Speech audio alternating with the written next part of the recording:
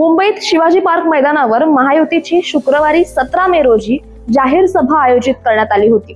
यावेळेस मनसे अध्यक्ष राज ठाकरे आणि पंतप्रधान नरेंद्र मोदी पहिल्यांदाच एकत्र दिसले। यावेळी बोलत असताना राज ठाकरे यांनी पंतप्रधान नरेंद्र मोदींकडे काही मागण्या केल्या।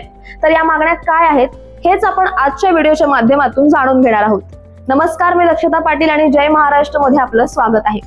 राज ठाकरे यांनी मोदींकडे 7 मागण्या केल्यात। त्यातली पहिली मागणी म्हणजे अनेक वर्ष खितपत पडलेल्या मराठी भाषेला अभिजात भाषेचा दर्जा मिळायला हवा। दुसरी मागणी म्हणजे जवळपास 125 वर्ष या हिंद भूमीवर मराठा साम्राज्य होतं, त्याचा इतिहास देशातल्या प्रत्येक शालेय अभ्यासक्रमात समाविष्ट व्हायला हवा।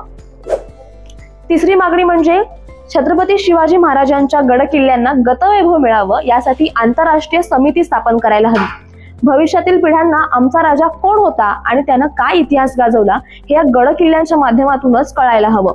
चौथी मागणी म्हणजे देशात अनेक रस्ते तयार झालेत, परंतु गेली 17 ते 18 वर्ष मुंबई गोवा महामार्ग तसाच आहे, तो लवकरात लवकर तयार व्हावा ही विनंती राज ठाकरे यांनी पंतप्रधान नरेंद्र मोदींकडे केली आहे। त्यानंतर बाबासाहेब आंबेडकरांच्या संविधानाला धक्का लावणार नाही असं खडसावून सांगावं असं राज ठाकरे यांनी पंतप्रधान नरेंद्र मोदींना सांगितलंय।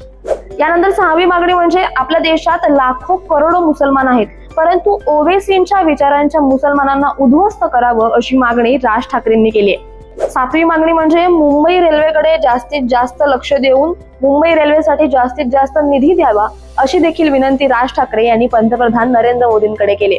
तर अशाच व्हिडिओसाठी पाहत रहा जय महाराष्ट्र न्यूज।